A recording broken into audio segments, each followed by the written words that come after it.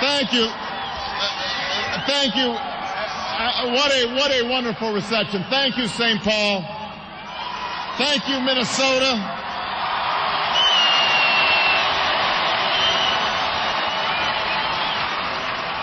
Thank you, Joan Severson, for the wonderful introduction.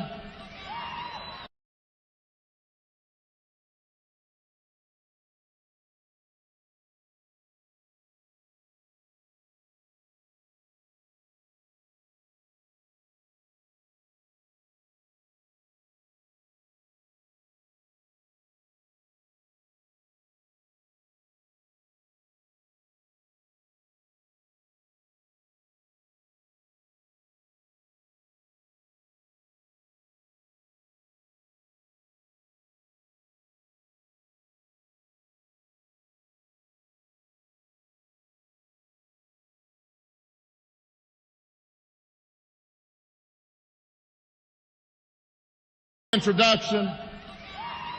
Thank you, Michelle Obama and Malia Obama and Sasha Obama.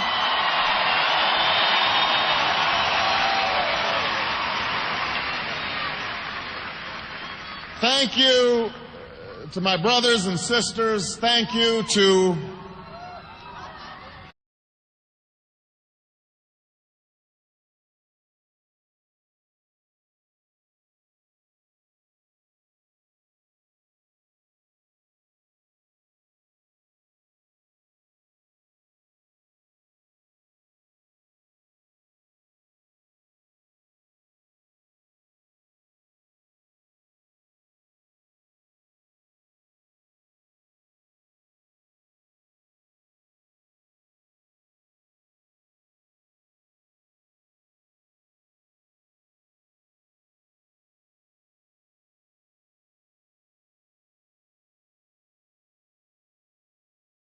thank you to my staff. Thank you to our volunteers.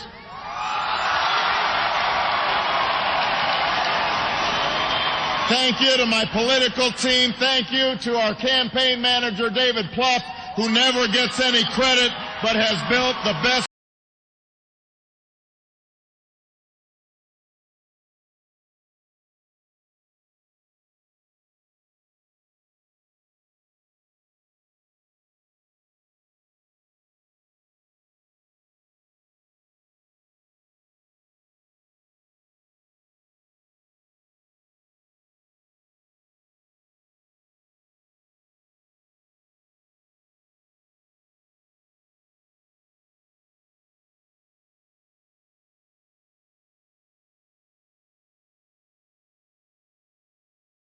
gets any credit but has built the best political organization in the country.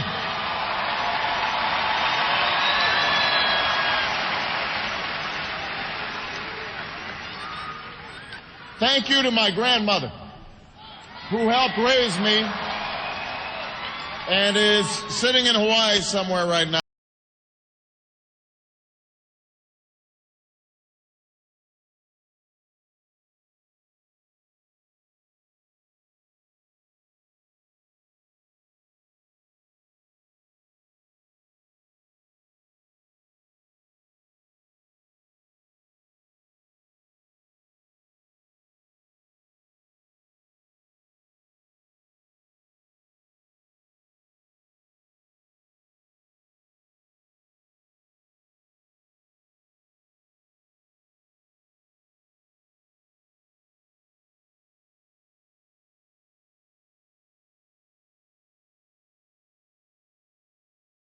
And is sitting in Hawaii somewhere right now because she can't travel, but who poured everything she had into me, and who helped to make me the man I am today. Tonight is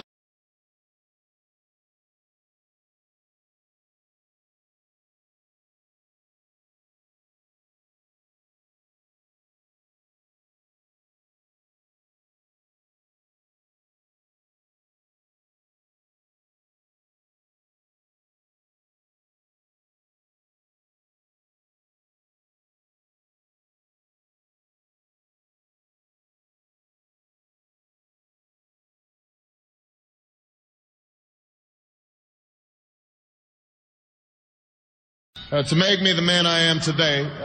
Tonight is for her.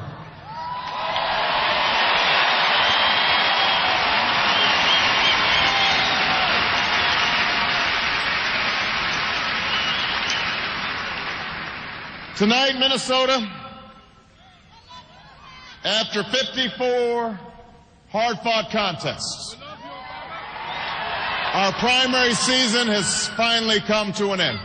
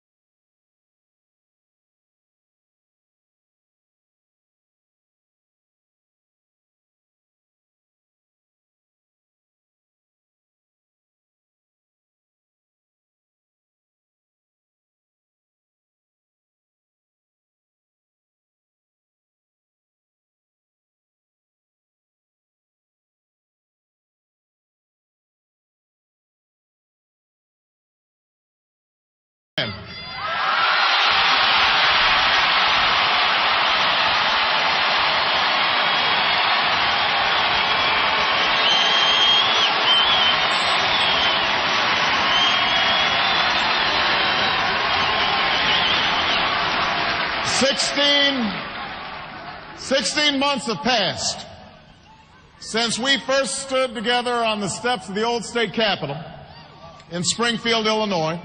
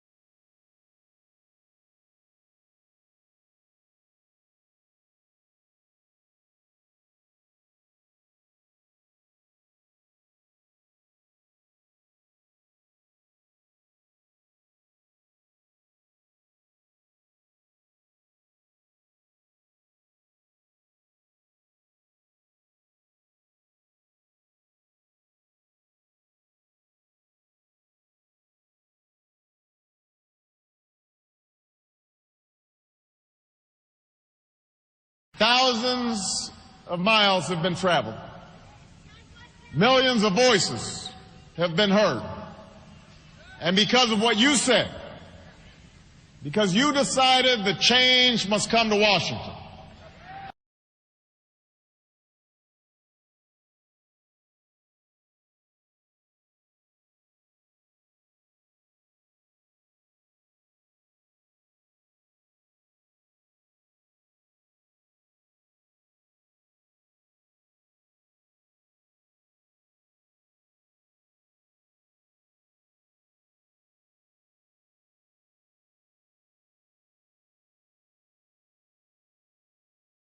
come to Washington, because you believed that this year must be different than all the rest.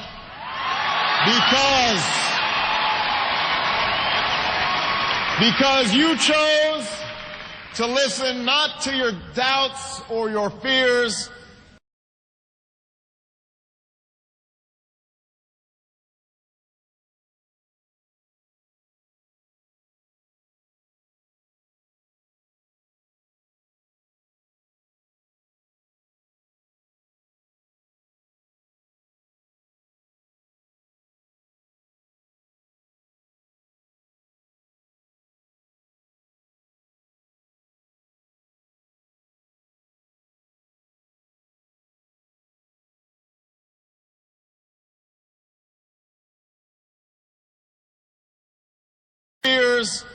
but to your greatest hopes and highest aspirations. Tonight we mark the end of one historic journey with the beginning of another. A journey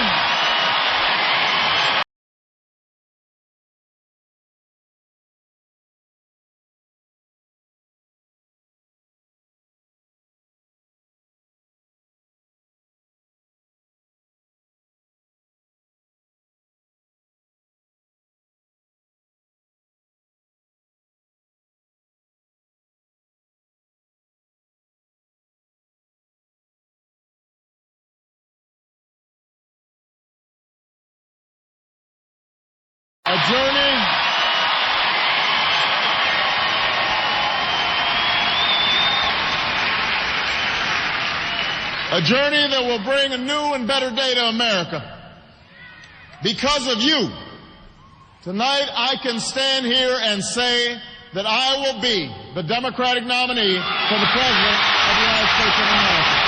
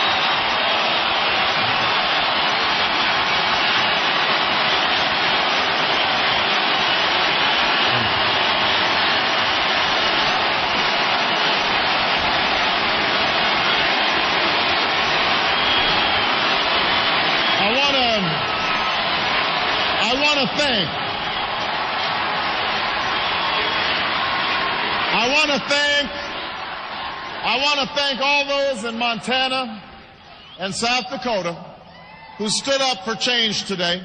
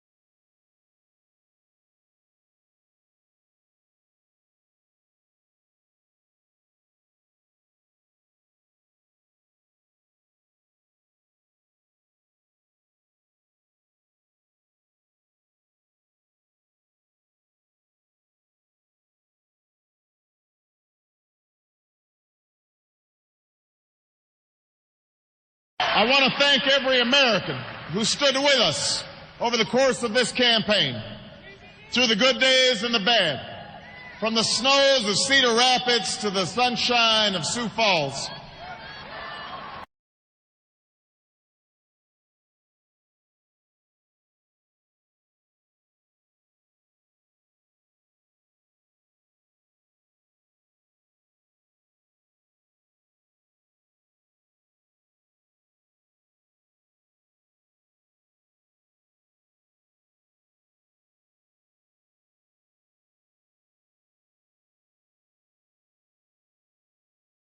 Shine of Sioux Falls. And tonight, I also want to thank the men and women who took this journey with me as fellow candidates for president.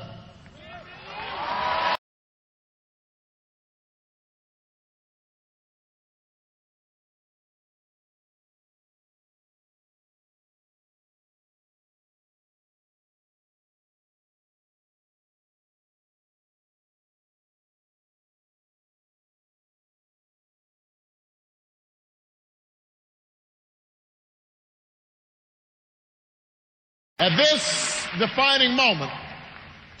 defining moment for our nation, we should be proud that our party put forth one of the most talented, qualified field of individuals ever to run for office.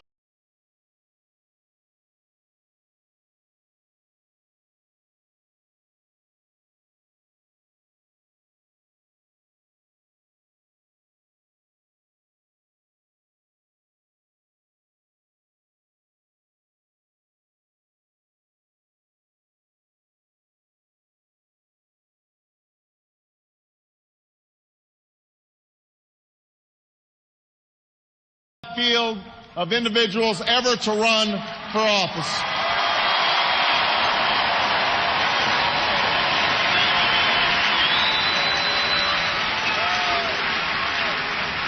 I have not just competed with them as rivals.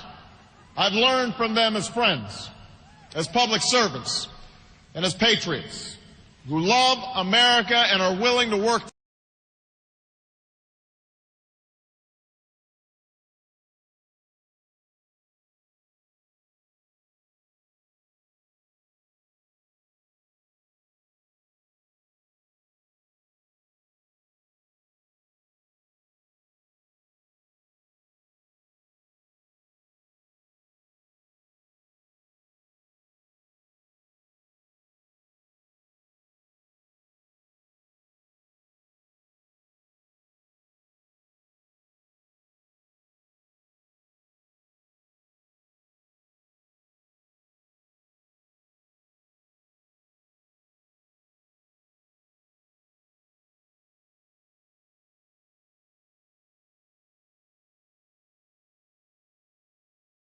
who love America and are willing to work tirelessly to make this country better.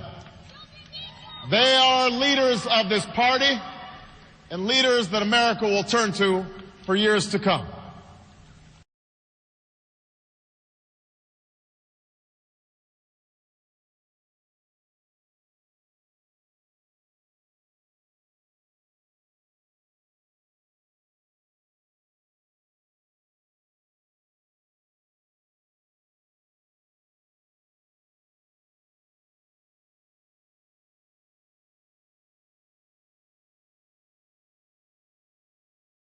For years to come. And that is particularly true for the candidate who has traveled further on this journey than anyone else. Senator Hillary Clinton has made history.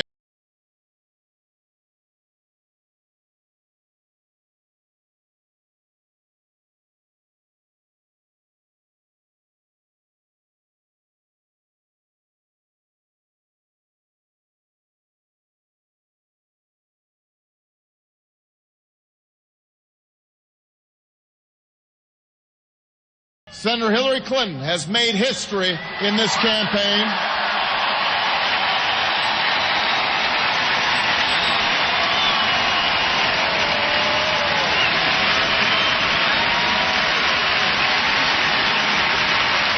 She has made history not just because she's a woman who has done what no woman has done before.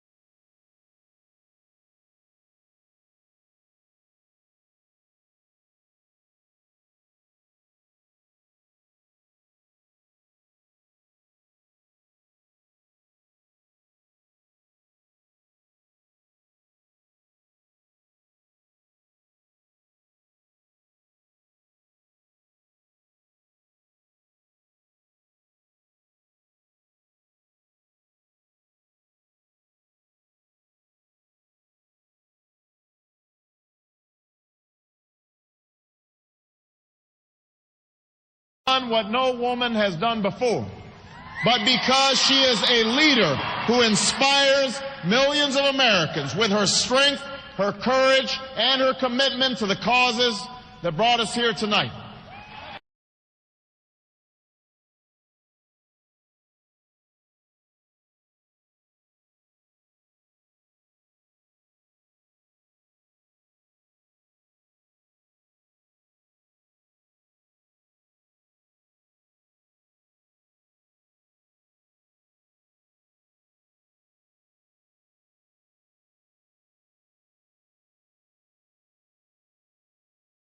Causes that brought us here tonight. I congratulate her on her victory in South Dakota, and I congratulate her on the race that she has run throughout this contest.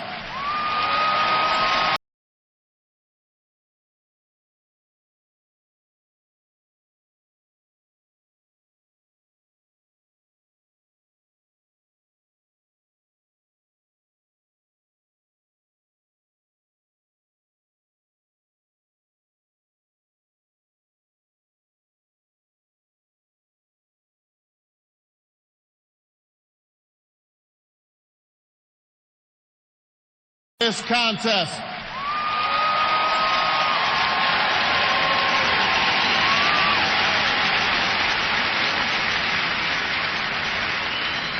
We've certainly had our differences over the last 16 months. But as someone who shared a stage with her many times, I can tell you that what gets Hillary Clinton up in the morning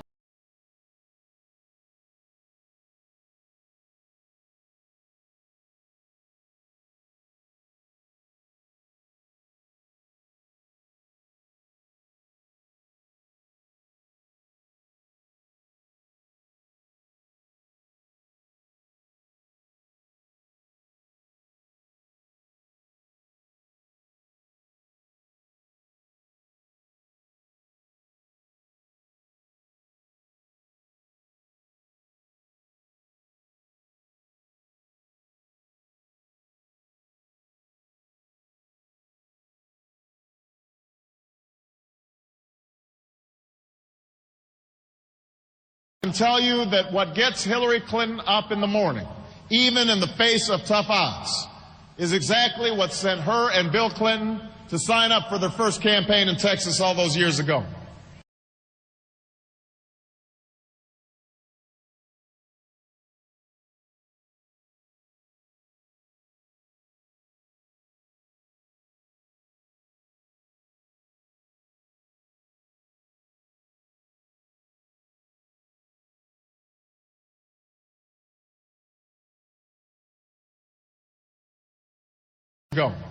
What sent her to work at the Children's Defense Fund and made her fight for health care as First Lady.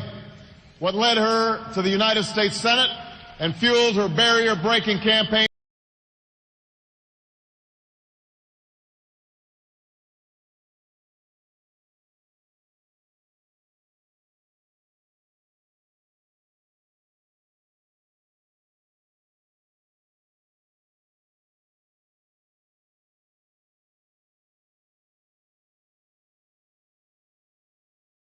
And fueled her barrier-breaking campaign for the presidency, an unyielding desire to improve the lives of ordinary Americans, no matter how difficult the fight may be. And you can rest assured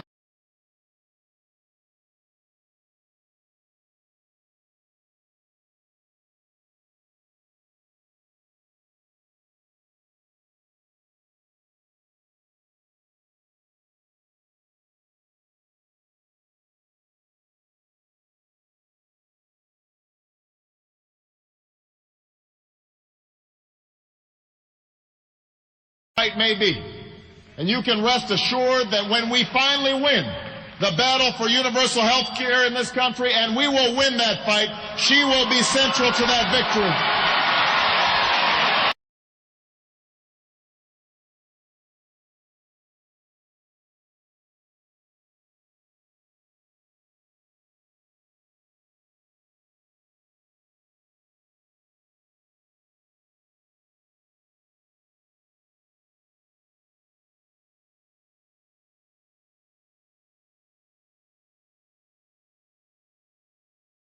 central to that victory.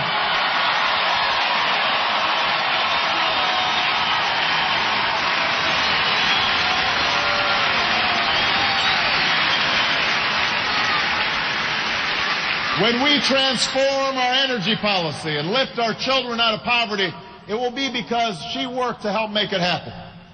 Our party and our country are better off.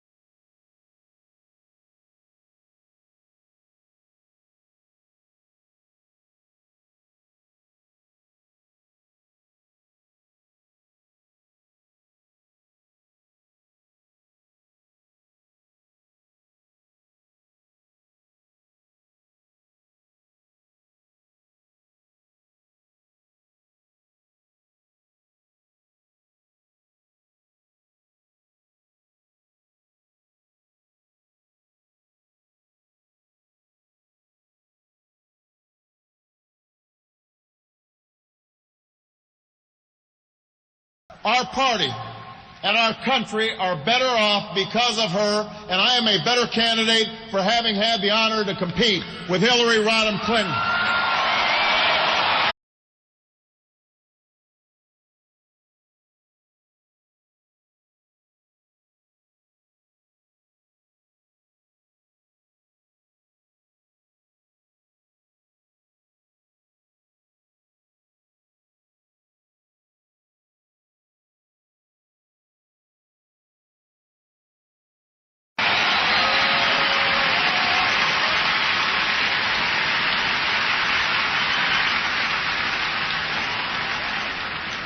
There are those who say that this primary has somehow left us weaker and more divided. Well, I say that because of this primary, there are millions of Americans who've cast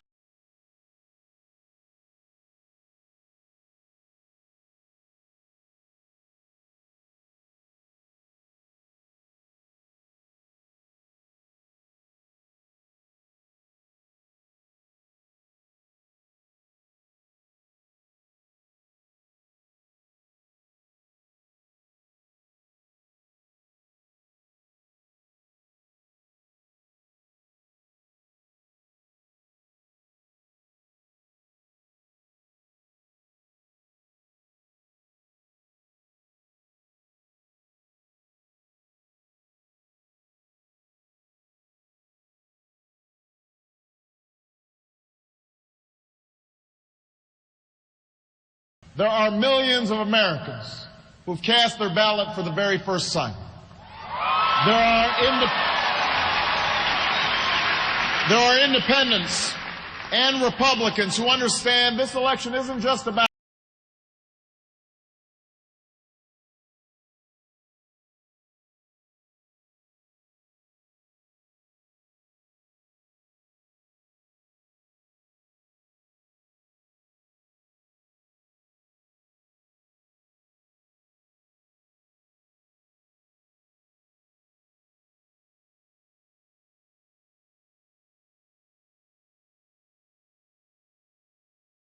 this election isn't just about a change of party in Washington, but also about the need to change Washington.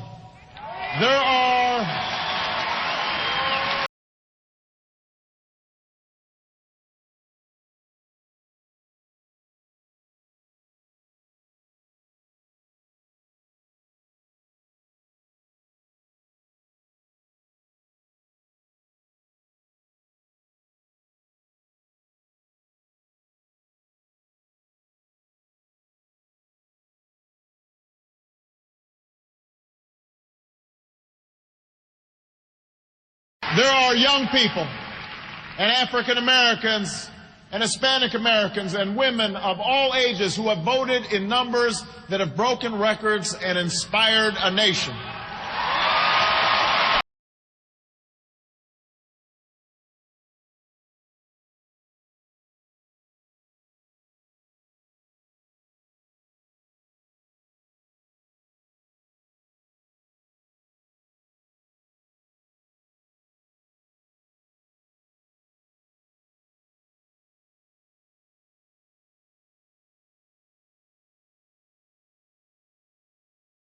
records and inspired a nation.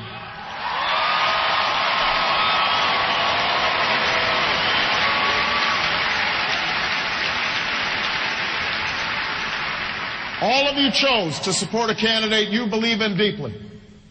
But at the end of the day, we aren't the reason you came out and waited in lines that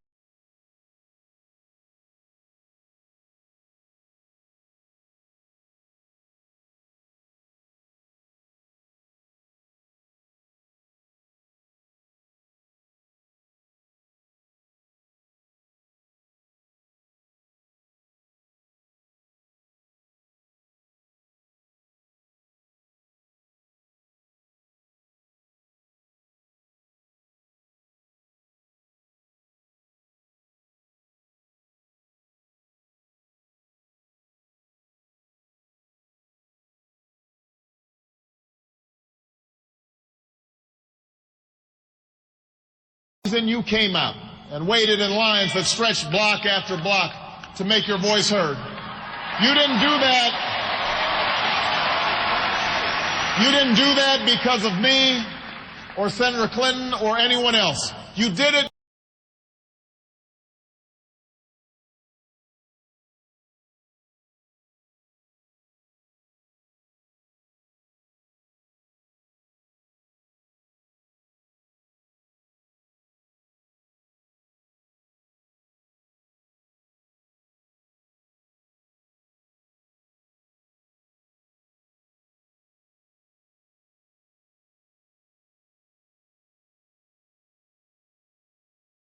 Senator Clinton or anyone else. You did it because you know in your hearts that at this moment, a moment that will define a generation, we cannot afford to keep doing what we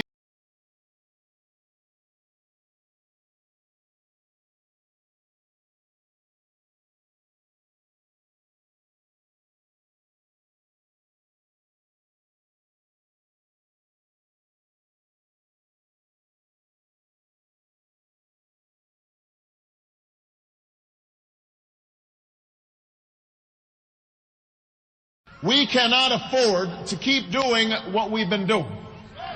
We owe our children a better future. We owe our country a better future.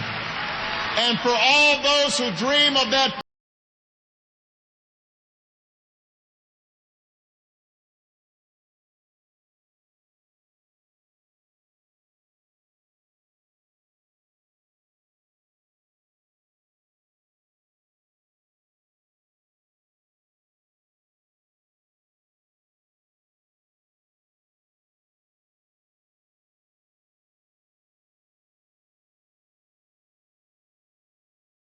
And for all those who dream of that future tonight, I say, let us begin the work together.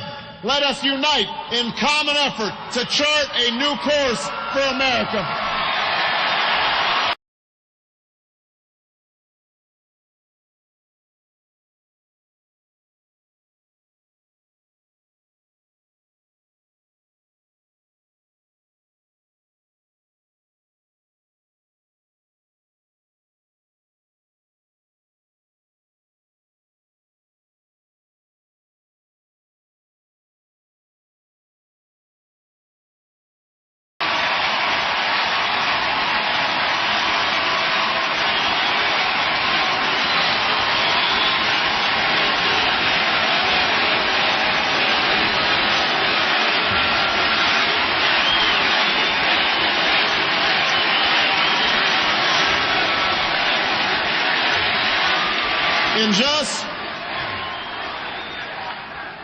In just a few short months, the Republican Party will arrive in St. Paul with a very different agenda.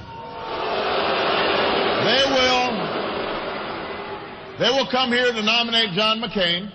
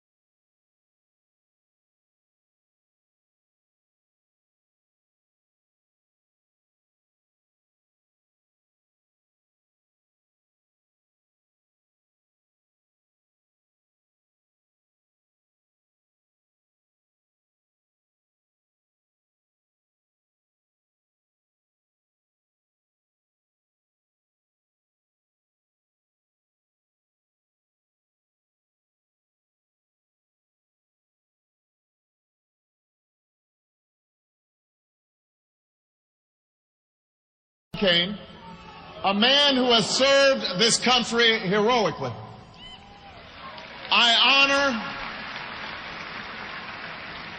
We honor the service of John McCain, and I respect his many accomplishments, even if he chooses to deny mine.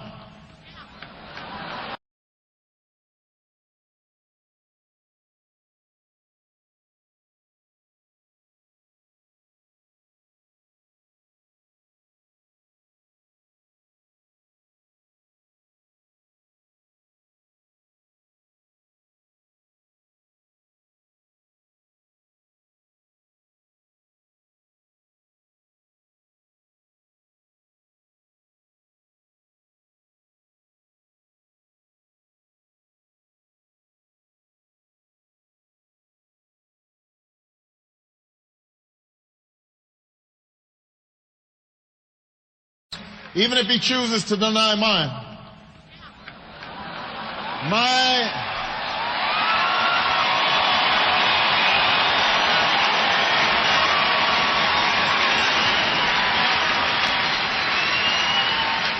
My differences with him are not personal.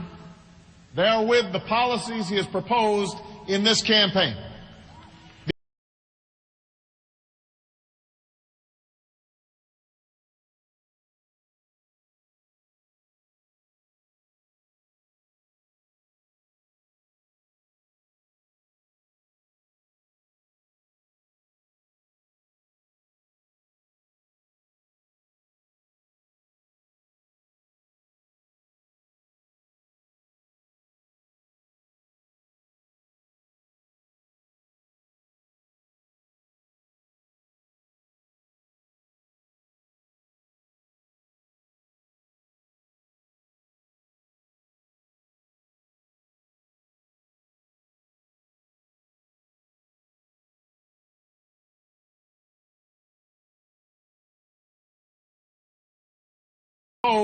In this campaign.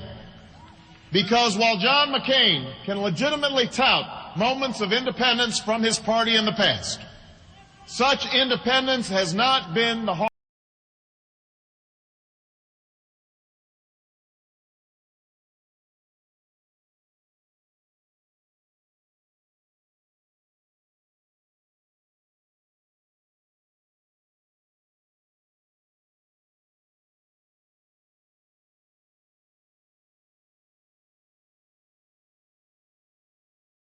Such independence has not been the hallmark of his presidential campaign. It's not changed when John McCain decided to stand with George Bush 95% of the time, as he did in the Senate.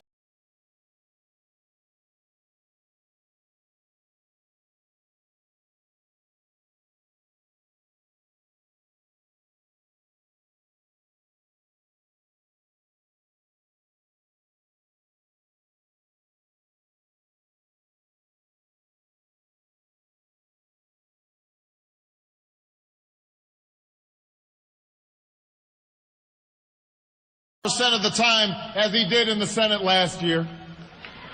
It's not changed when he offers 4 more years of Bush economic policies that have failed to create well-paying jobs.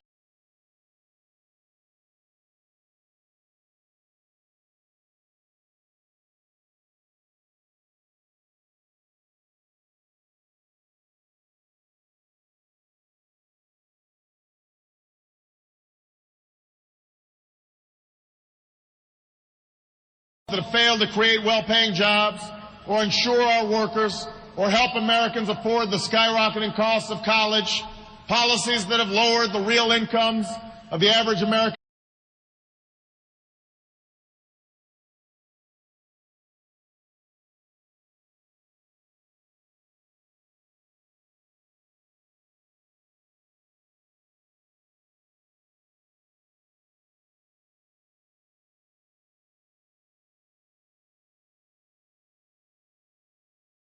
Real incomes of the average American family and widened the gap between Wall Street and Main Street and left our children with a mountain of debt.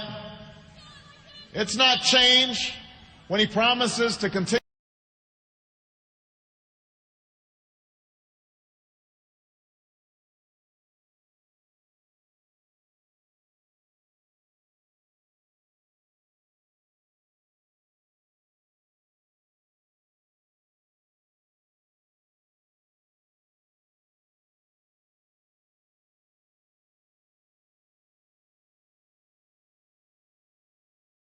It's not change when he promises to continue a policy in Iraq that asks everything of our brave men and women in uniform and nothing of Iraqi politicians. A policy where all we look for are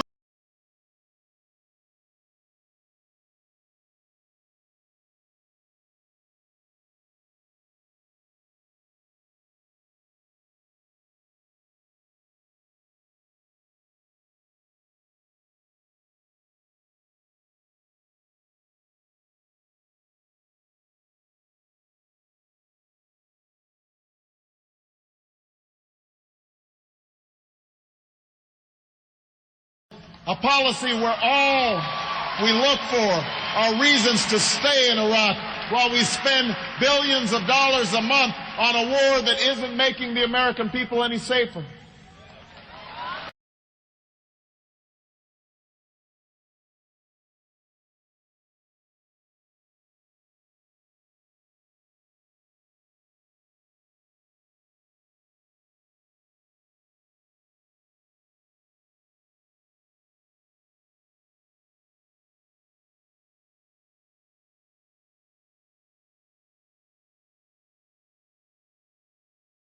Any safer.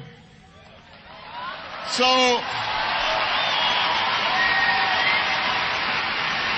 I'll say this.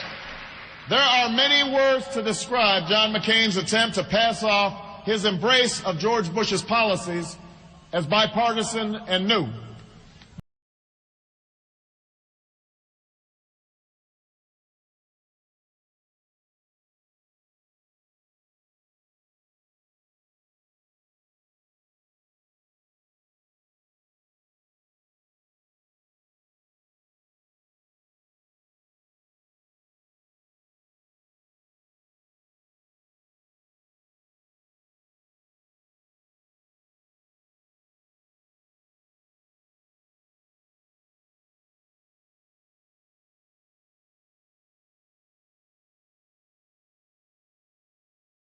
And new.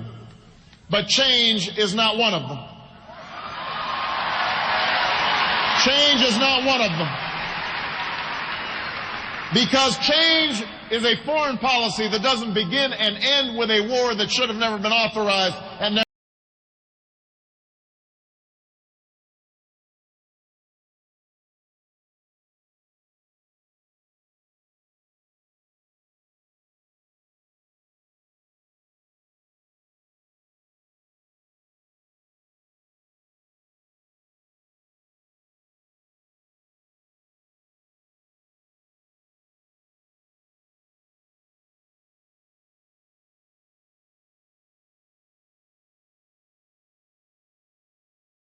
never been authorized and never been waged.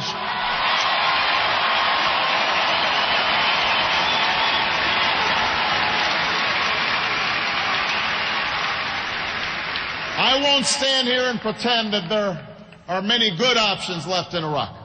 But what's not an option is leaving our troops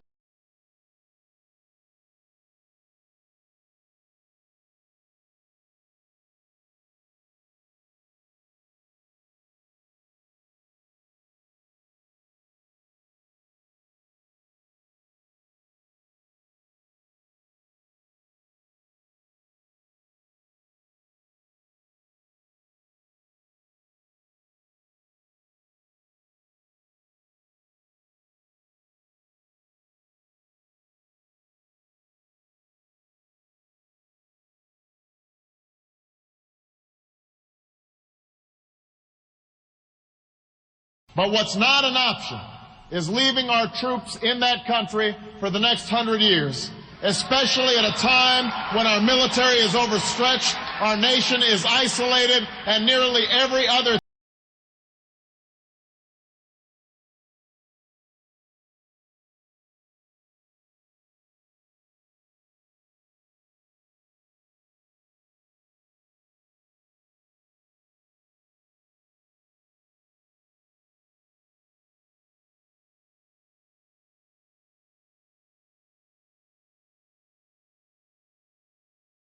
is isolated, and nearly every other threat to America is being ignored. We We must be as careful getting out of Iraq as we were careless getting in.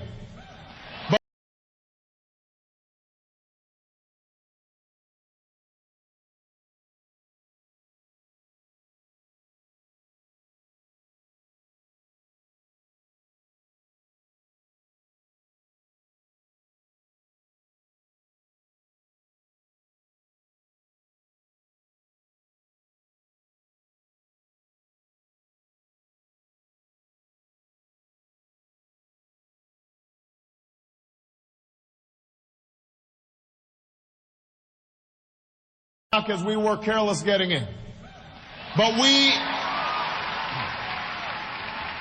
But start leaving, we must. It's time for Iraqis to take responsibility for their future.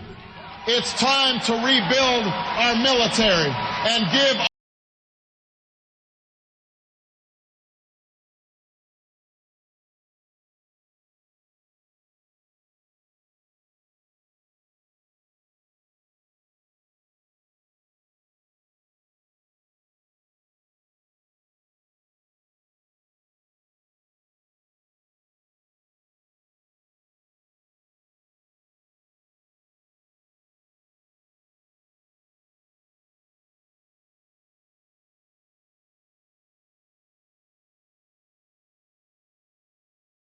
time to rebuild our military and give our veterans the care and the benefits they deserve when they come home.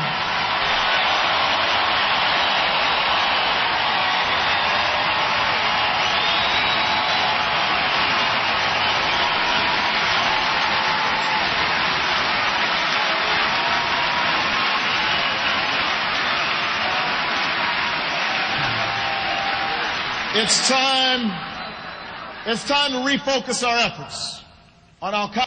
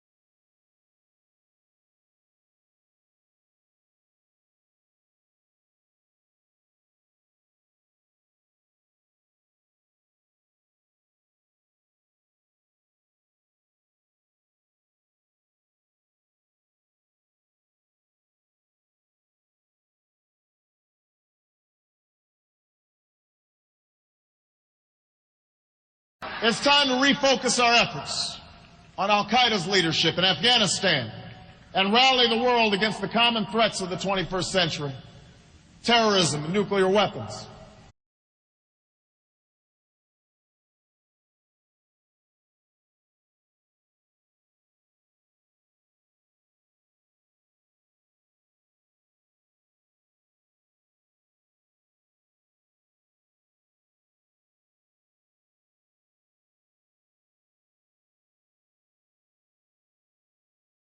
Terrorism and nuclear weapons, climate change and poverty, genocide and disease. That's what change is. Change Minnesota is realizing that meeting today's threats requires not just our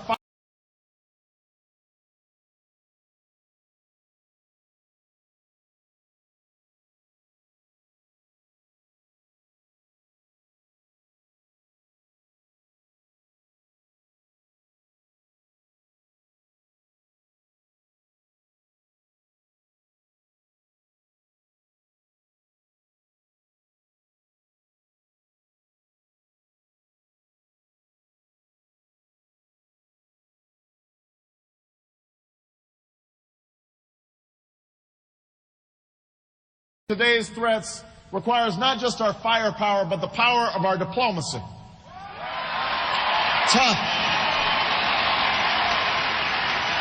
tough, direct diplomacy where the President of the United States isn't afraid to let any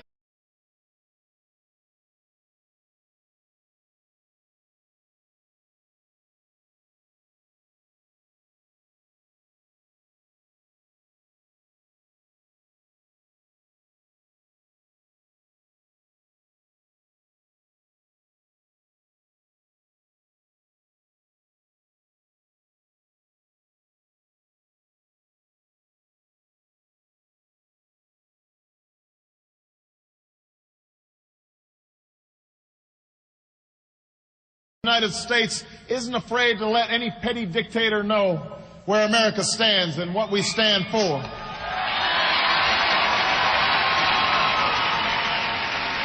We must once again have the courage and the conviction to lead the free world.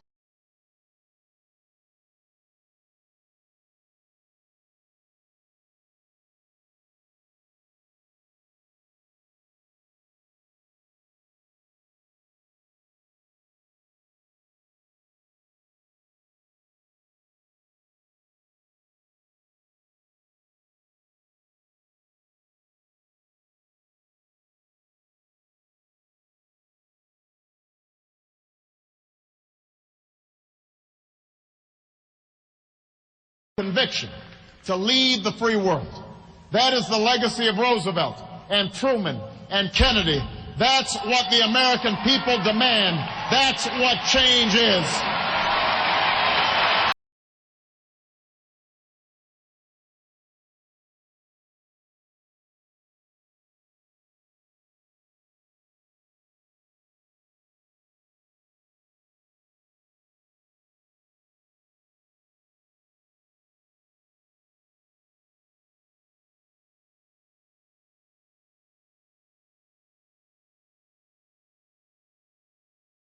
Change is.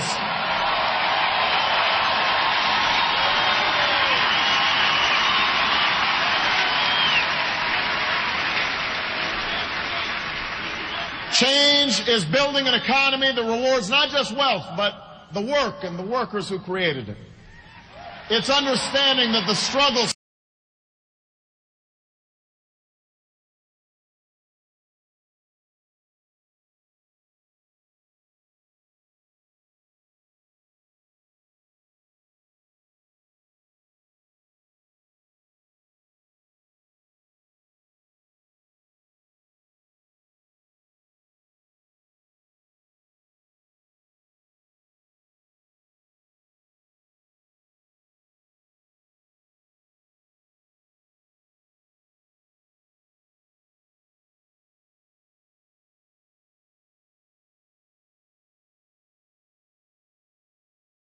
It's understanding that the struggles facing working families can't be solved by spending billions of dollars on more tax breaks for big corporations and wealthy CEOs, but by giving a middle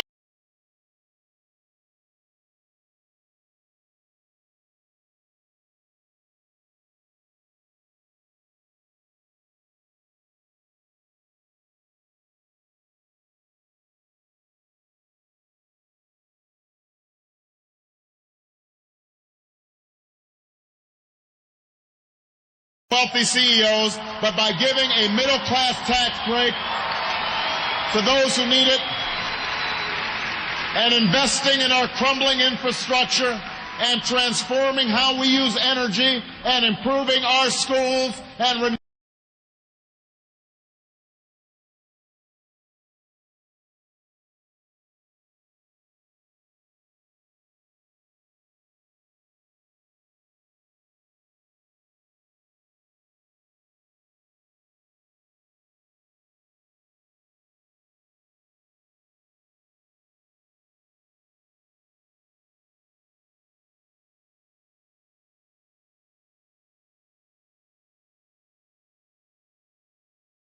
energy and improving our schools and renewing our commitment to science and innovation.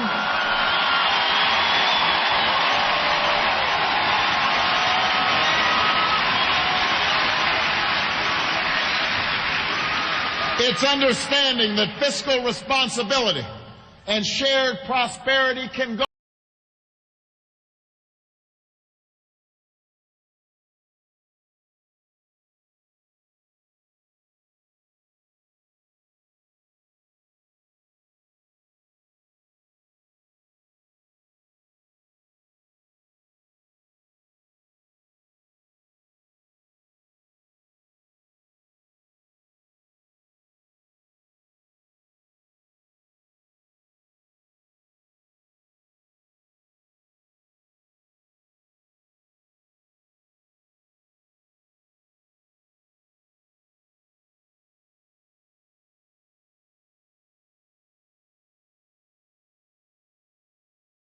responsibility and shared prosperity can go hand in hand, as they did when Bill Clinton was president.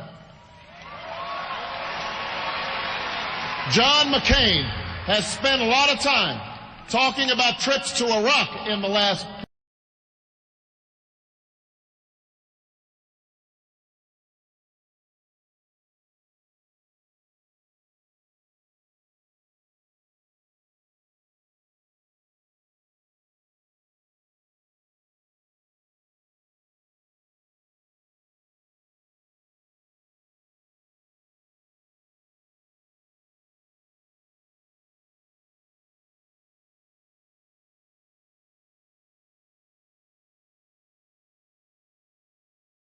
talking about trips to Iraq in the last few weeks. But maybe if you spent some time taking trips to the cities and towns that have been hardest hit by this economy, cities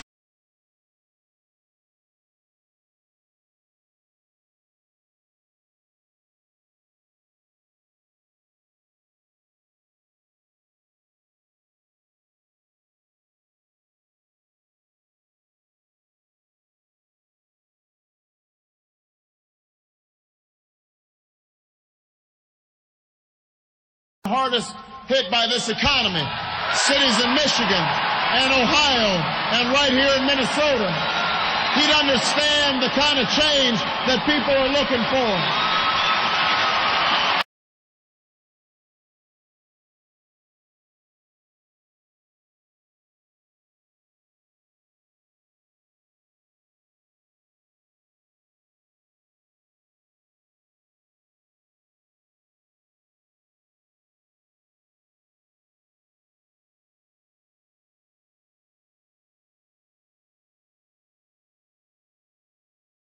People are looking for.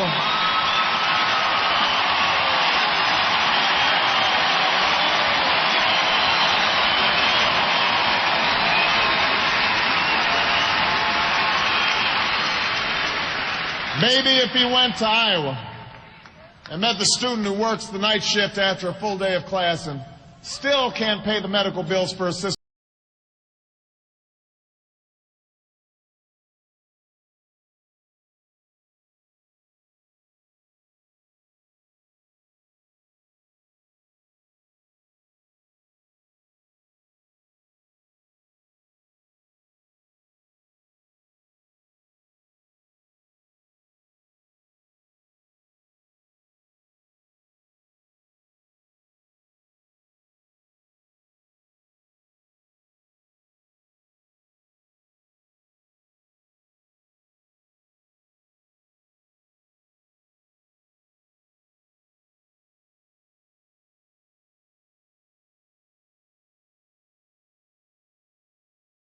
Still can't pay the medical bills for his sister who's ill.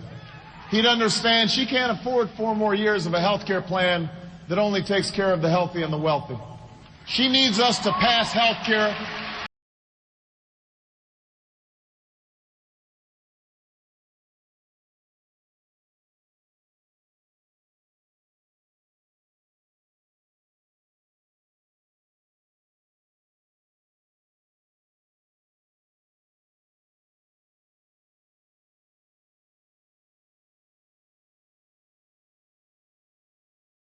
needs us to pass health care right now, a plan that guarantees insurance to every American who wants it and brings down premiums for every family who needs it. That's the change we need.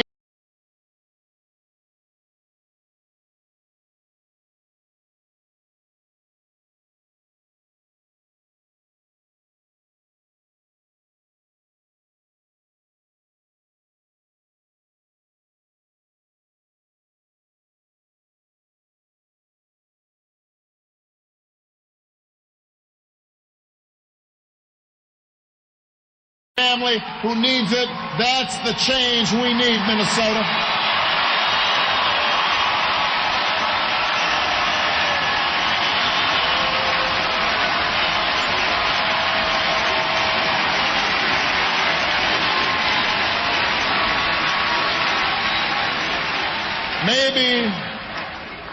Maybe if John McCain went to Pennsylvania And he met the man who lost his job but can't even afford the gas to drive.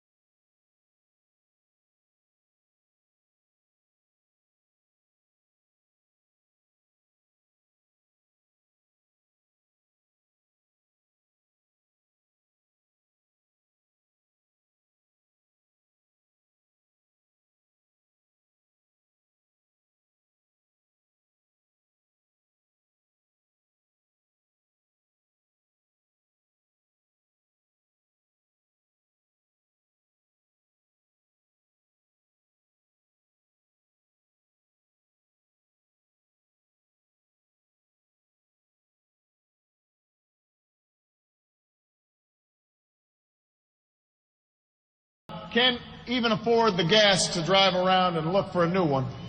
He'd understand we can't afford 4 more years of our addiction to oil from dictators.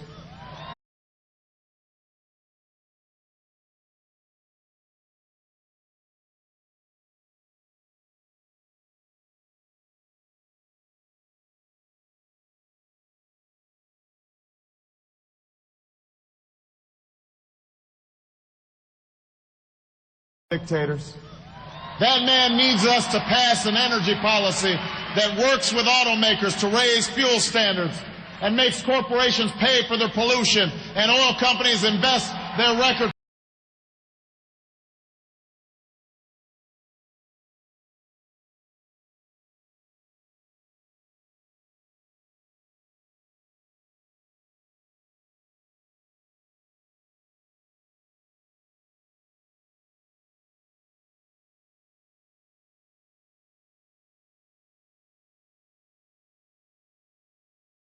oil companies invest their record profits in a clean energy future, an energy policy that will create millions of new jobs that pay well and can't be outsourced. That's the change we need.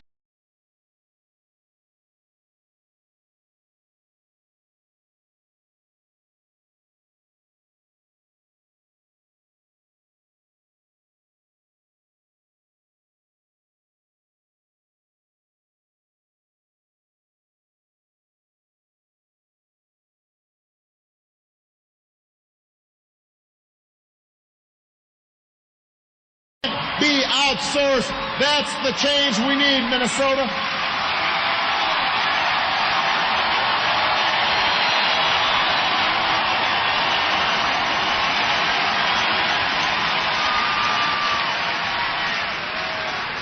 And maybe if John McCain spent some time in the schools of South Carolina or St. Paul, Minnesota,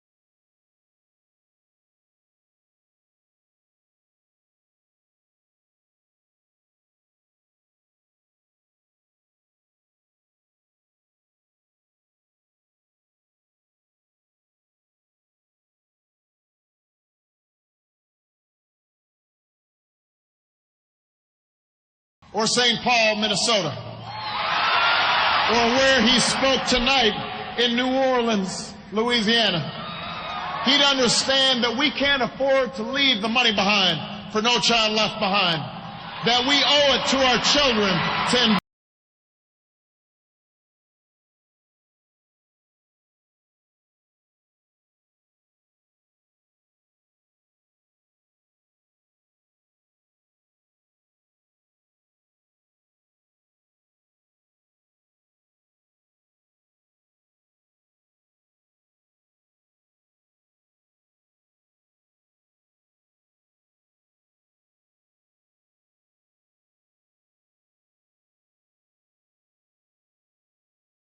behind, that we owe it to our children to invest in early childhood education and recruit an army of new teachers and give them better pay and more support and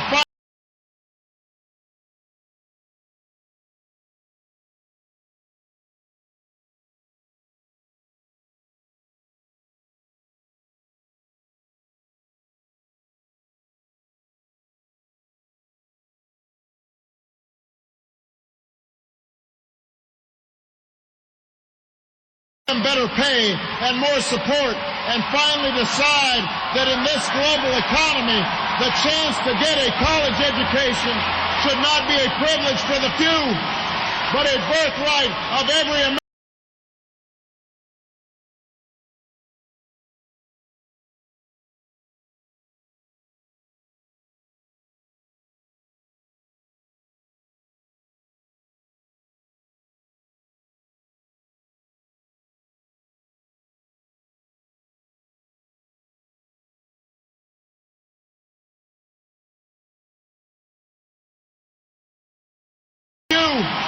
But a birthright of every American. That's the change we need in America. That's why I'm running for President of the United States.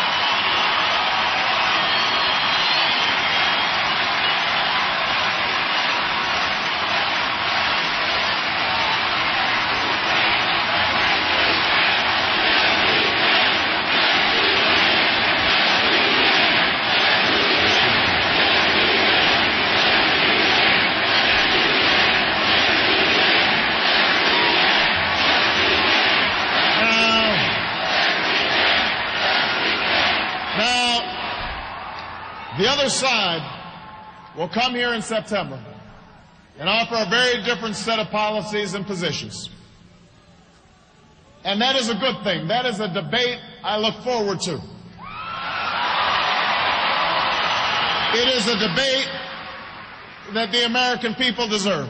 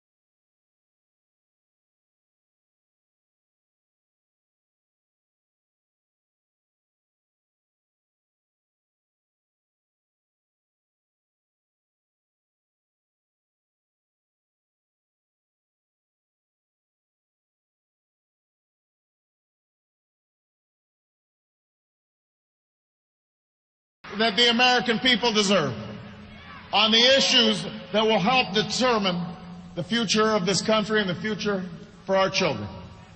But what you don't deserve is another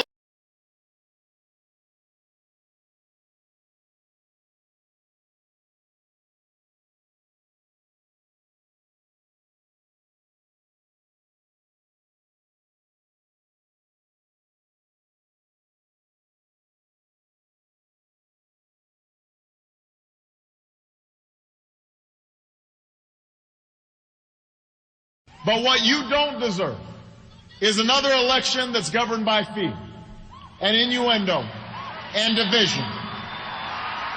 What you won't hear from this campaign or this party is the kind of politics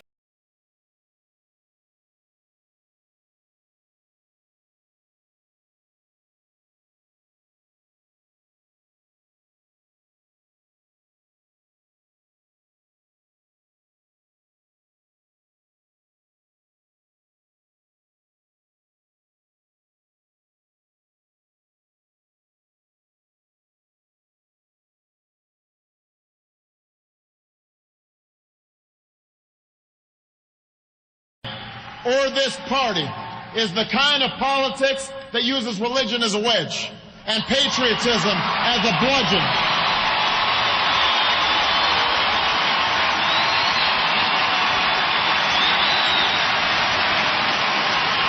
What you won't see from this campaign or this party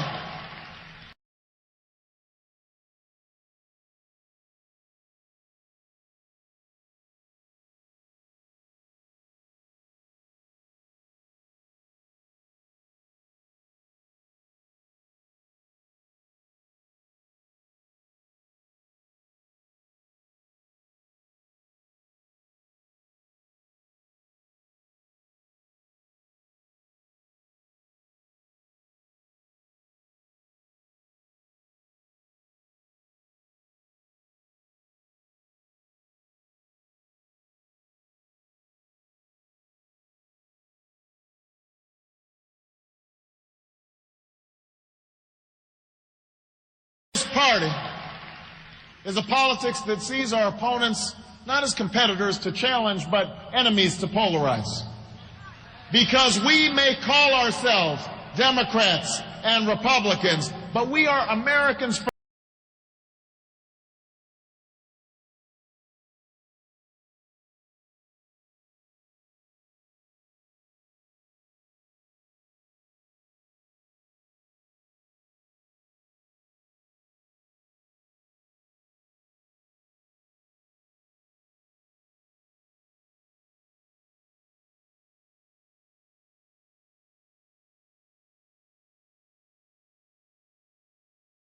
And Republicans, but we are Americans first.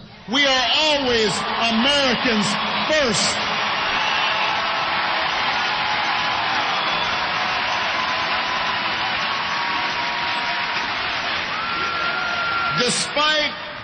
Despite what the good senator from Arizona may have said tonight, I've seen people of differing views and opinions.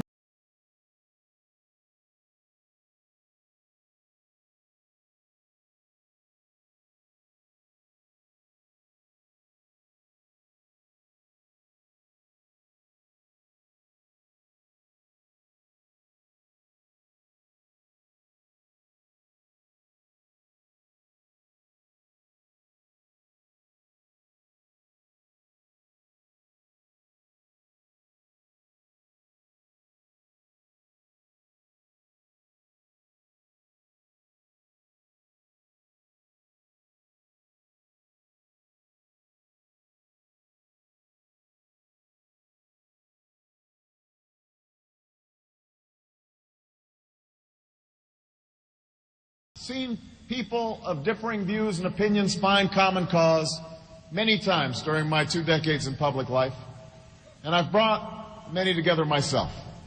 I've walked arm in arm with community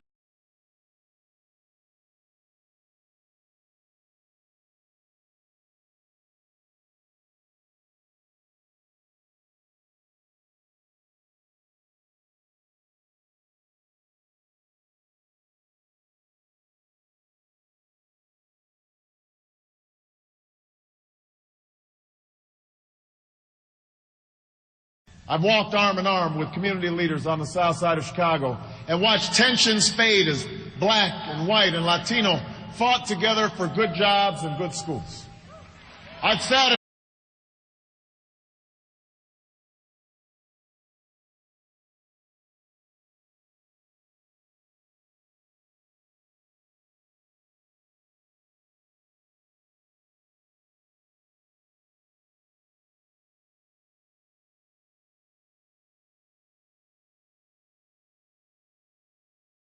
in good schools.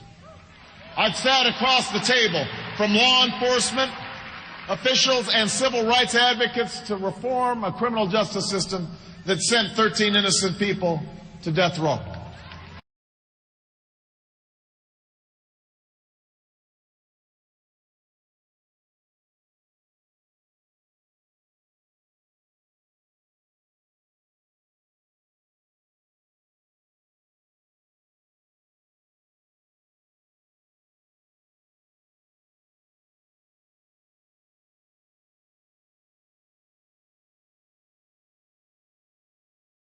Innocent people to death row. I've worked with friends in the other party to provide more children with health insurance and more working families with a tax break, to curb the spread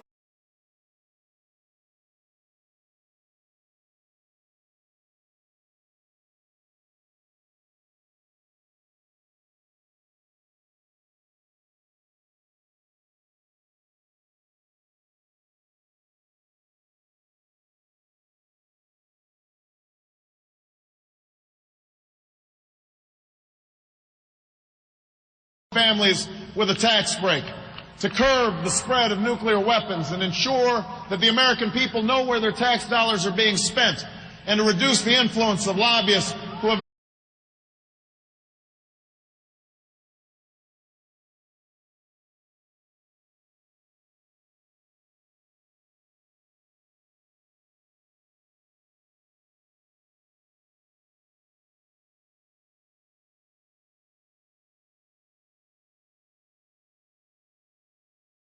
reduced the influence of lobbyists who have all too often set the agenda in Washington.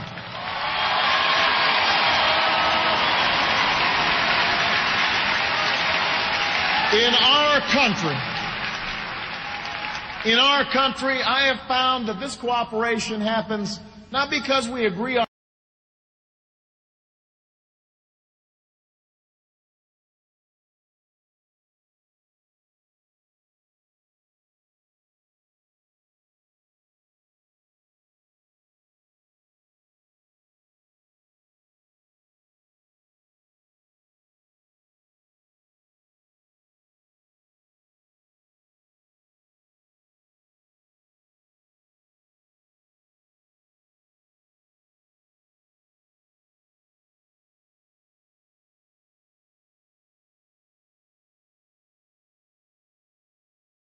cooperation happens not because we agree on everything, but because behind all the false labels and false divisions and categories that define us, beyond all the petty bickering and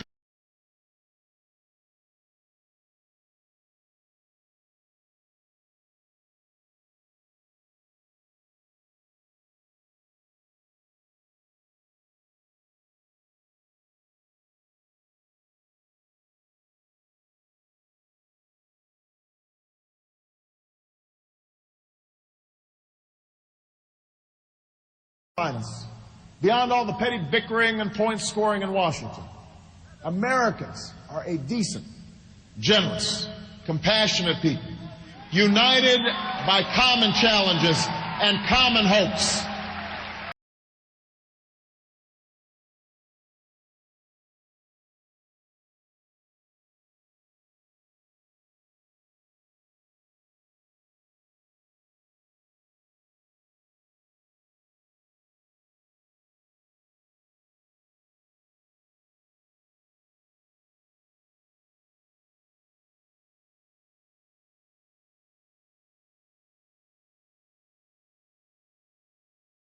Challenges and common hopes.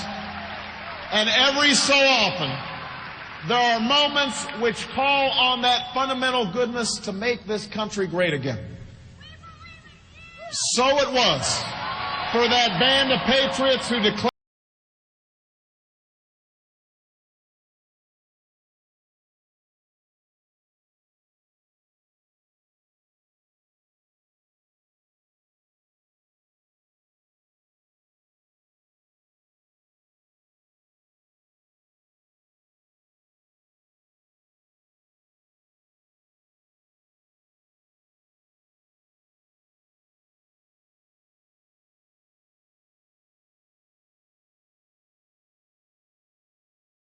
So it was for that band of patriots who declared in a Philadelphia hall the formation of a more perfect union. And for all those who gave on the fields of Gettysburg and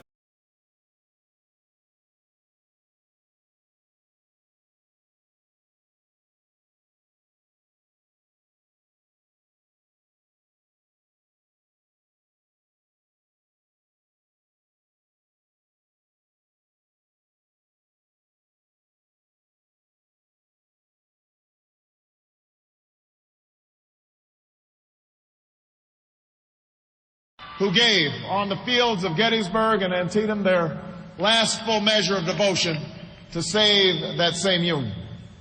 So it was for the greatest generation that conquered fear itself and liberated a continent.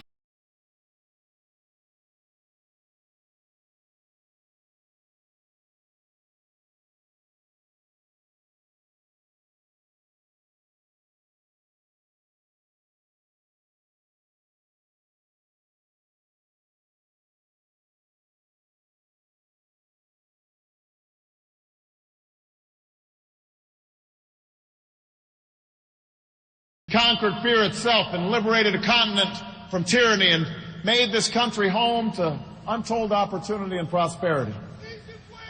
So it was for the workers who stood out on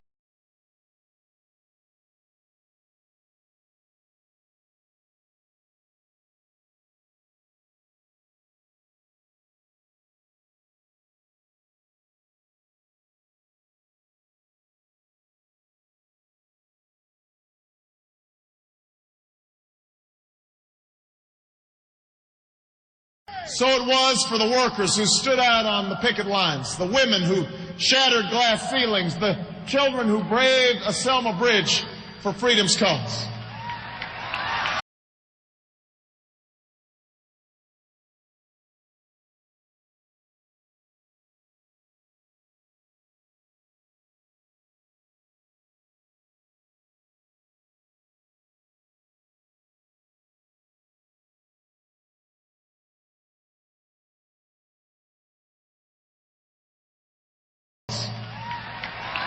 So it has been for every generation that faced down the greatest challenges and the most improbable odds to leave their children a world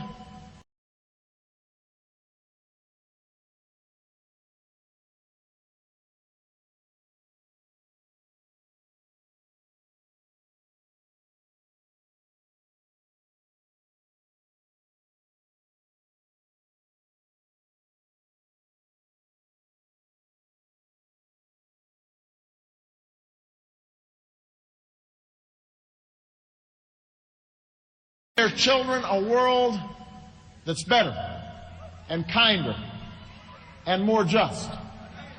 And so it must be for us.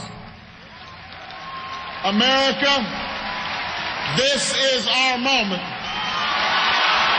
This is our time. Our time to turn the page on the politics.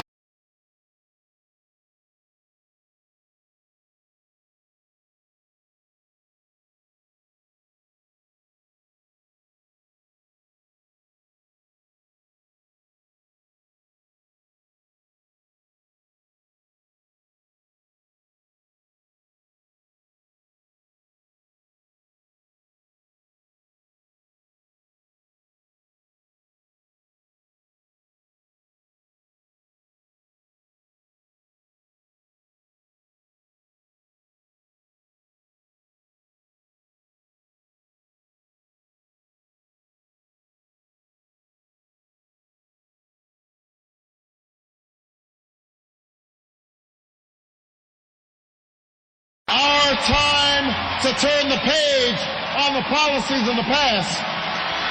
Our time to bring new energy and new ideas to the challenges we face. Our time to offer a new direction for this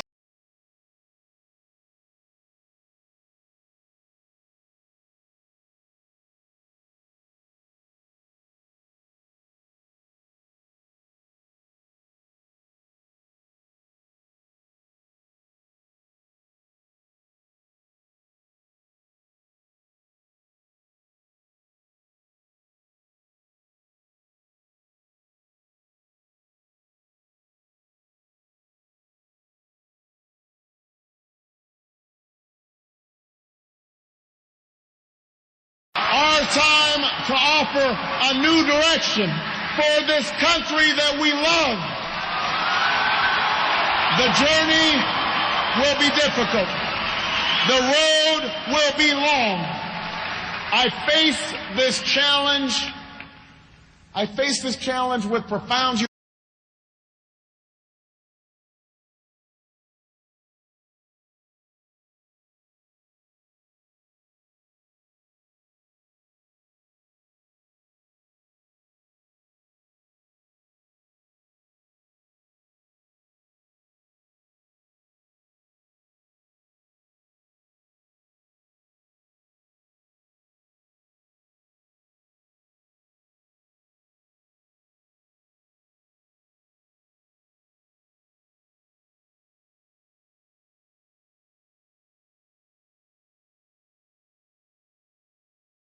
I face this challenge with profound humility and knowledge of my own limitations.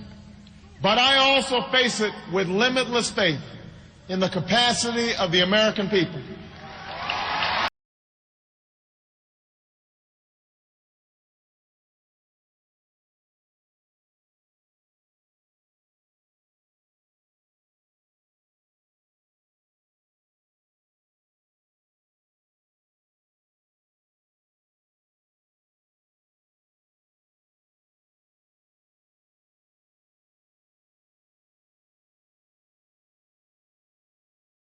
In the capacity of the American people. Because if we are willing to work for it and fight for it and believe in it, then I am absolutely certain that generations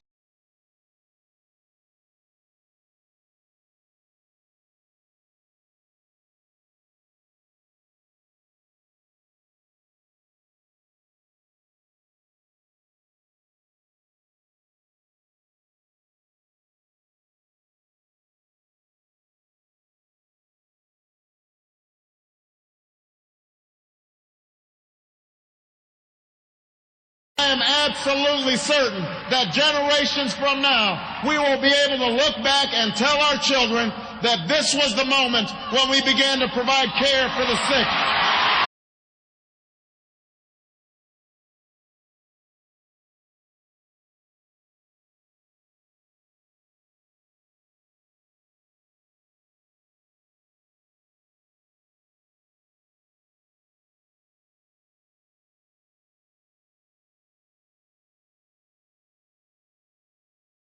And good jobs to the jobless.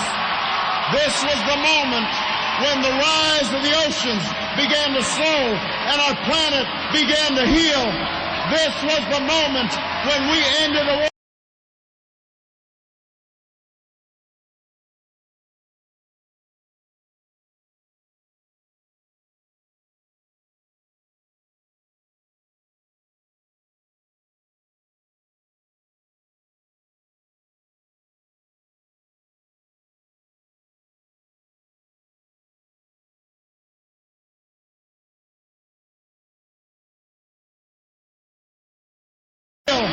This was the moment when we ended the war and secured our nation and restored our image as the last best hope on earth. This was the moment. This was the time.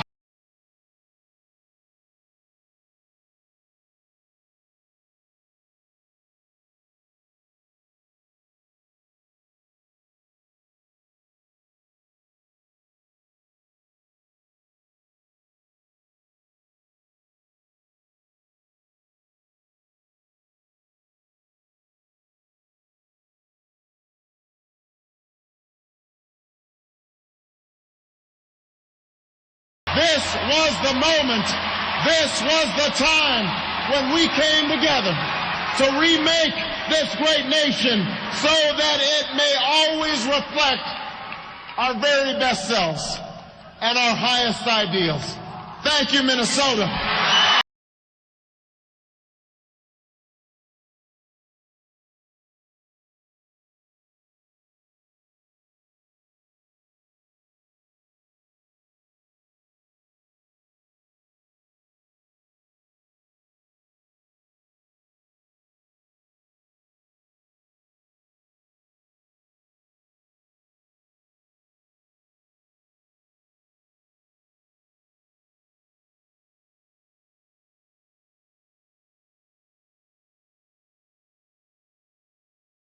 deals. Thank you, Minnesota. God bless you. God bless the United States of America.